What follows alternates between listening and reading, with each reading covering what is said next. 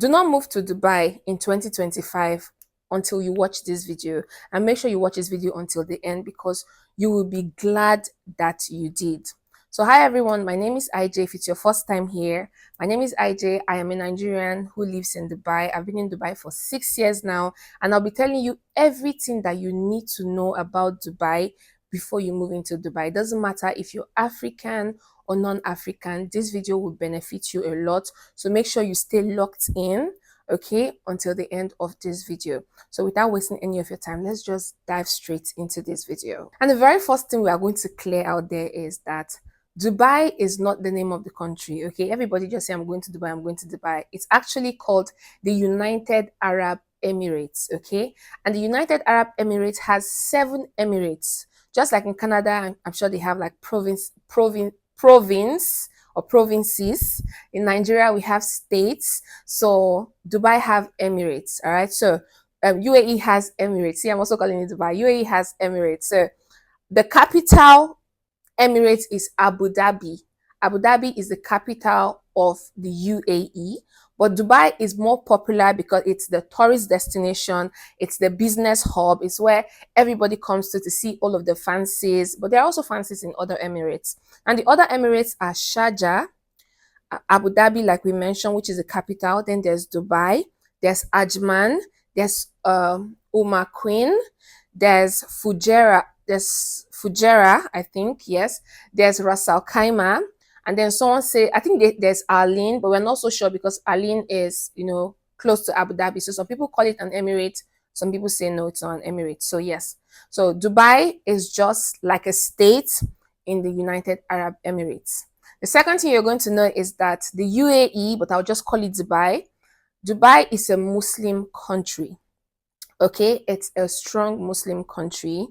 Although there are people who practice Christianity, like some of us who are visitors in the country. So there are Catholic churches, there are other churches. If you're Nigerian, there's Winners Chapel there's Christ Embassy, there's Redeem, there are other churches, Pentecostal churches, Methodists. There are so many churches in Dubai. So all you have to do is find a community of like-minded people and join. But Dubai, UAE as a whole, they are major, like 99% Muslim. I've not seen any local, they call themselves local, that's an Emirati, that's a Christian, that's a non-Muslim. So the country is a Muslim country. So whatever you do, just know that it's a Muslim country. Now we know that it's a Muslim country. Let's talk about, the dressing. Now, when I came into Dubai in 2019, it was very strict, okay? Like, you needed to be careful what you wear and whatnot. But now the tension is a little bit lighter. So you can actually go out on the streets with, like your regular small shorts. You could wear like skimpy dresses. You can go to the club and whatnot. But you need to be careful because you will not be allowed to enter certain places because of your dressing. So it's just advisable to be modest in public spaces. Okay, so let's say you need to go to an embassy, you need to go to an office, to a government office. You will not be allowed in if you are wearing anything revealing. When I say anything revealing, I mean like from your thighs downwards. Okay, you're not going to be let in if you're wearing a sleeveless dress. So like this is fine, you'll be allowed in, but you have to be wearing like a trouser, like a proper trouser or a flowy dress, like a long dress. Okay, so you can wear your skimpy thing and go to the groceries. You can, walk around your neighborhood. You can go to the beach and, wear your pants and bras. But if you're going to government offices, you will not be allowed in if your dress is revealing. Okay, so you will not be allowed in because they don't take such. So just mind the way you dress when you are in Dubai, but nobody's going to come and harass you if you're in your neighborhood, except it's just people that you're disturbing. They're like, oh, I don't like how you dress. But like the government is not going to get involved just because you're wearing a hot bomb shot in a grocery, in a supermarket. People will just look at you, and trust me, you will not like it because they will judge you. But looking at you, they are already judging you. So if you just want to be comfortable, try and cover up a bit and just pick the places you're going to. Maybe if you're going to the club, then you can dress like you're going to the club. But on a regular, day, just don't dress, showing all of your cleavage. You will not be comfortable, even inside the mall. Okay, I've heard some people say they even stopped them, okay, because of what they are wearing. So if it's too revealing, you will not be allowed into the mall. But if it's just, if it's not too much, maybe just a short dress, you'll be allowed into the into malls, into public spaces like that. And since we're talking about revealing like your dresses and what you're wearing to show body, body, body, listen, PDA is not completely accepted in Dubai. Okay, you can hug your significant other in public, you can hold hands, you could, drop a peck or a forehead kiss, but like proper PDA, public display of affection, like you're kissing in the train, in a park, like if you're doing all of that, it's frowned upon here. Okay, it's frowned upon in the UAE.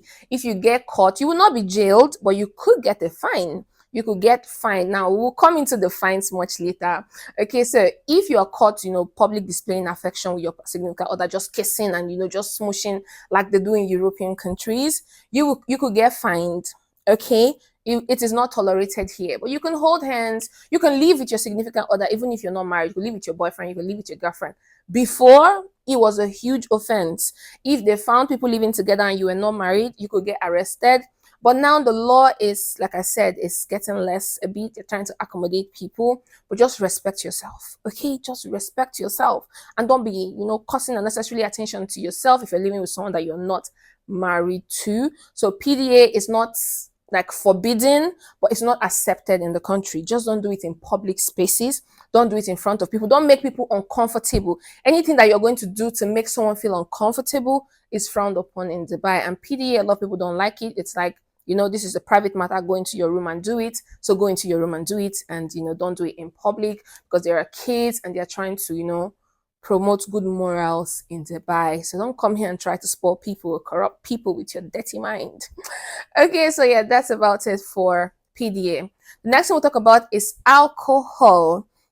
Now, a lot of people, often wonder if alcohol is allowed because, Dubai is a Muslim country. They don't take alcohol, la da da da da.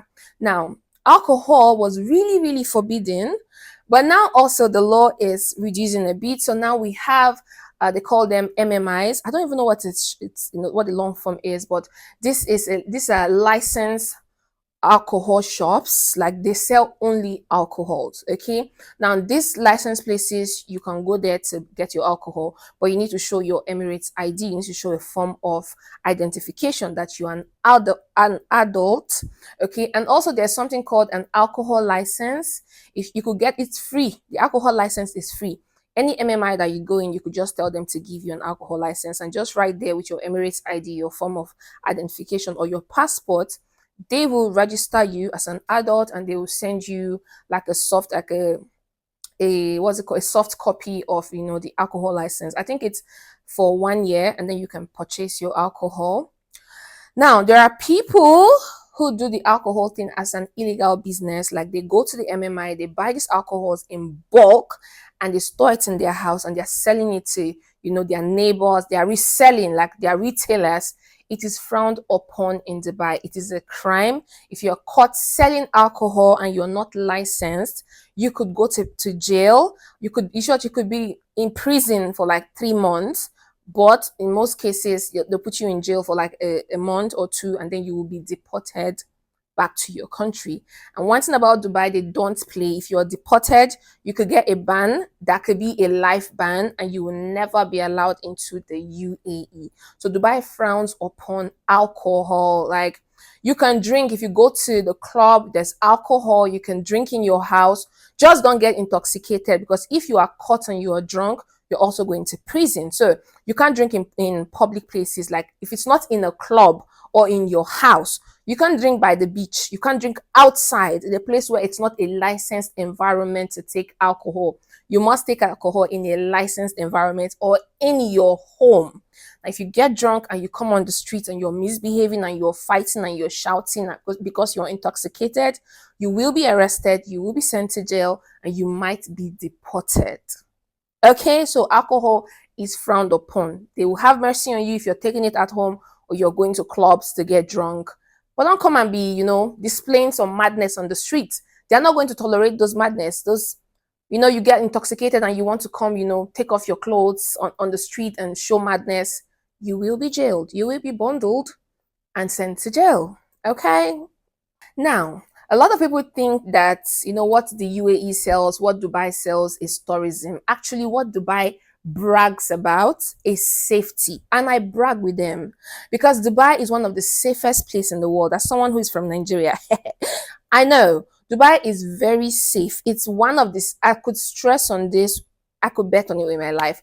Dubai is one of the safest countries that you could ever travel to in the world. That doesn't mean that people cannot rugged you, like, someone could just run into your house and steal something. That's very possible. Like, if there are no cameras, humans will be humans. But in general, the government tries, like, that's one of their biggest pride, that the country is a safe country. And I can attest to that. I've been in this country for 6 years and I've not had any issue about something stolen. In fact, you can leave your car on and go anywhere. Nobody will come and steal your cars, your phone, your wallet. If you forget your items, like in a mall, in a restaurant, believe you me, if you go back there and say, oh, I forgot this here, you're going to get it, because the restaurant will keep it and wait for you.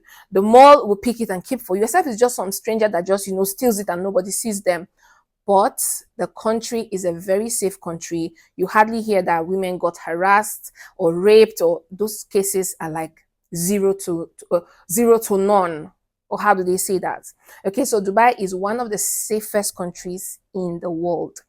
When it comes to social media, okay, the Dubai social media is very, very controlled, okay, and I don't blame them, because these days people are just hungry for clickbait. People are just hungry for social media attention and validation, so they will post anything without verifying. Okay, so Dubai makes sure that you don't do that. You could go to prison.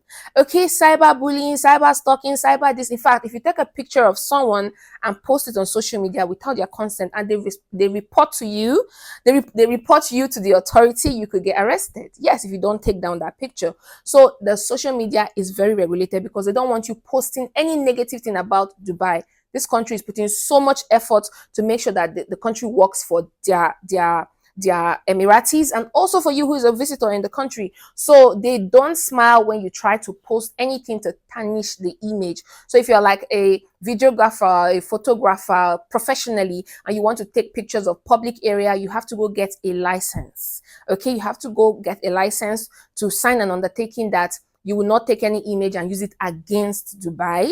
You have to sign all of those undertaking, and then you're free to like take pictures and videos and whatnot, because you know that if you post anything to talk bad about the country, you will be in trouble, because people are hungry for social media fame, so they go far and beyond to destroy anything without caring. So Dubai regulates their social media because they don't want you to tarnish the good image that they are trying to build. Now, a quick one that many people want to know. I think people already know this. Dubai is a tax-free country. Like, you get your salary, you have it in full. Like, nobody's taking your salary away from you. It's your salary. Your salary is not taxed. Okay, maybe the company is taxed. I don't know. But as someone who worked in Dubai, I don't work in Dubai anymore. I worked in Dubai for 3 years, and for the past 3 years, I've been doing my own thing. I make my own money. Period. Okay, so as someone who worked in Dubai for 3 years, my salary was not taxed. So if your salary is $1,000, it's $1,000. If it's $5,000, it's $5,000. You're not paying anything to the government, to the authorities. It's your take home is your take home. Okay, so it's a tax-free country. Also, there's no passports. I'm sorry, but you just need to know this, because I'm quickly trying to wrap up this part so we can go into accommodations and fines. Okay, so you don't get a passport. So even if you have a baby here, even if you stay here for 20 years, you don't have a Dubai passport. There's nothing like a United Arab Emirates passport for you as a visitor.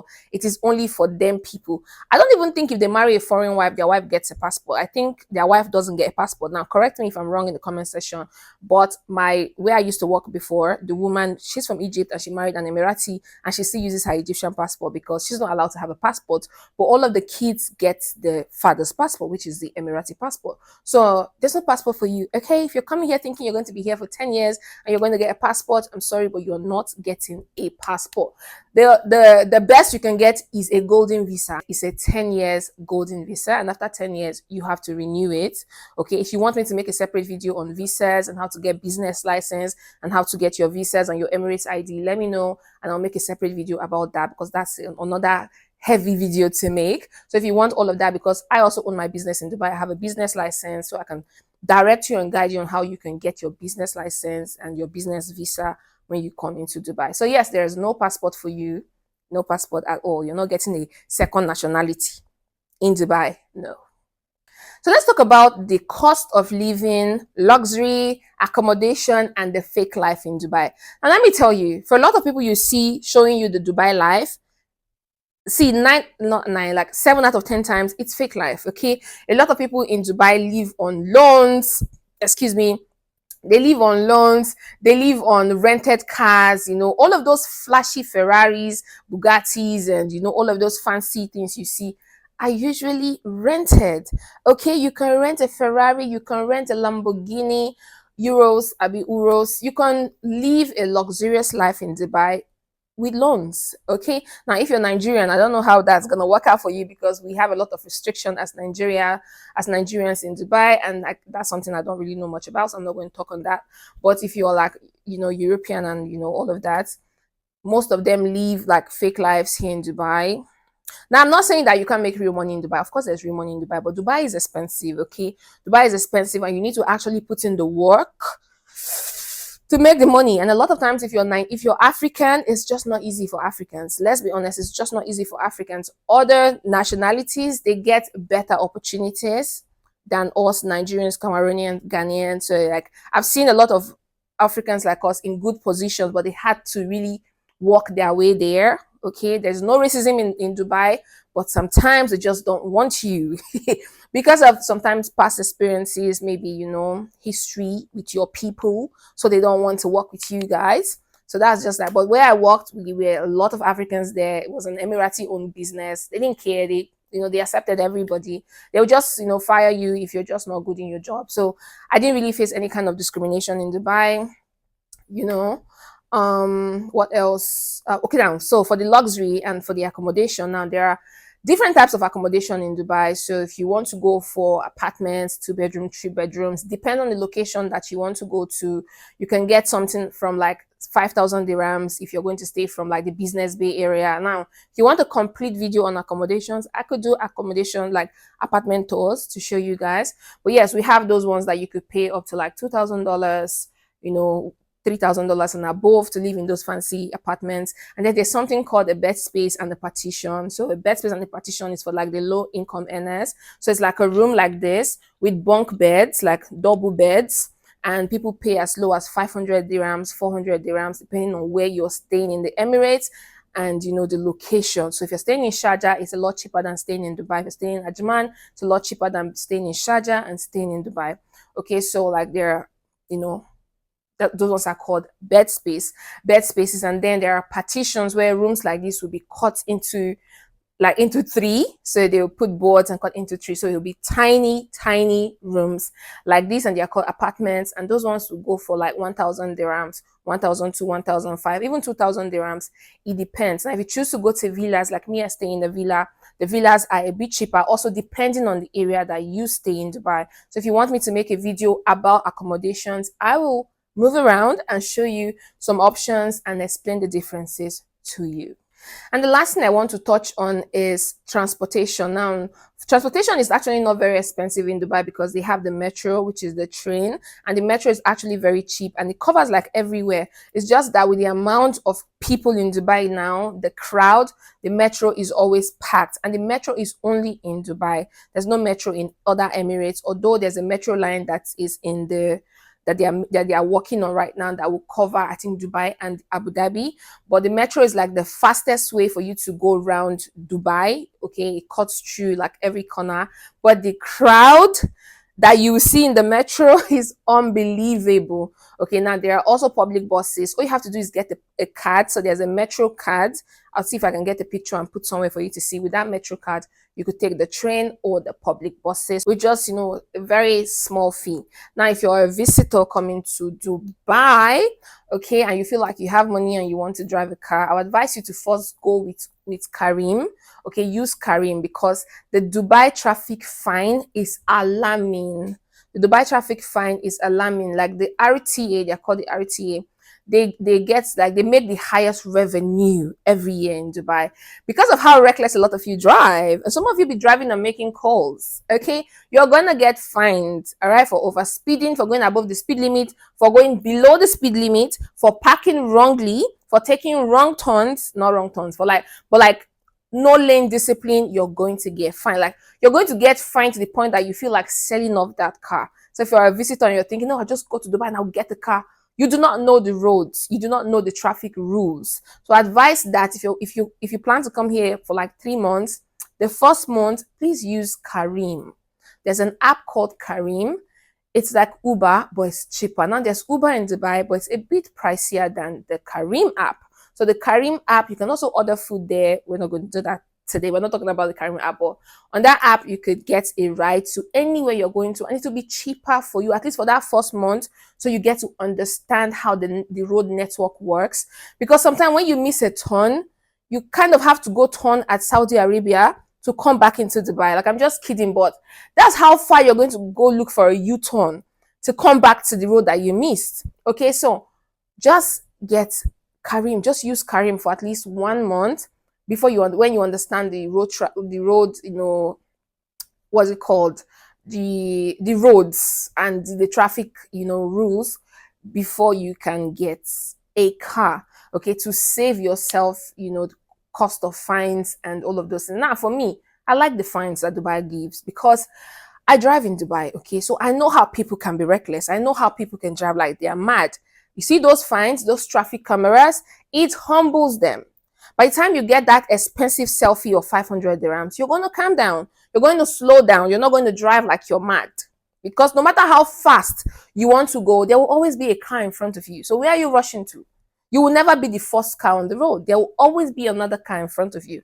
So I like that those fines are in place because they help people respect themselves. Okay, now these are the few things you have to know before you come to Dubai in 2025. Now, if there's a particular question you want to ask, feel free to drop it in the comment section and I'll be responding to you all one at a time. And if I can't, I will gather all of the questions and I will make a part 2 of this video. Remember, Dubai is a beautiful country, but you need to have sense, okay? They don't tolerate stupid people. They don't tolerate, people who feel like, I know my rights. Like, you can know your rights, but you need to be okay upstairs. Because some of you just think because you know your right, you can just come and behave anywhere.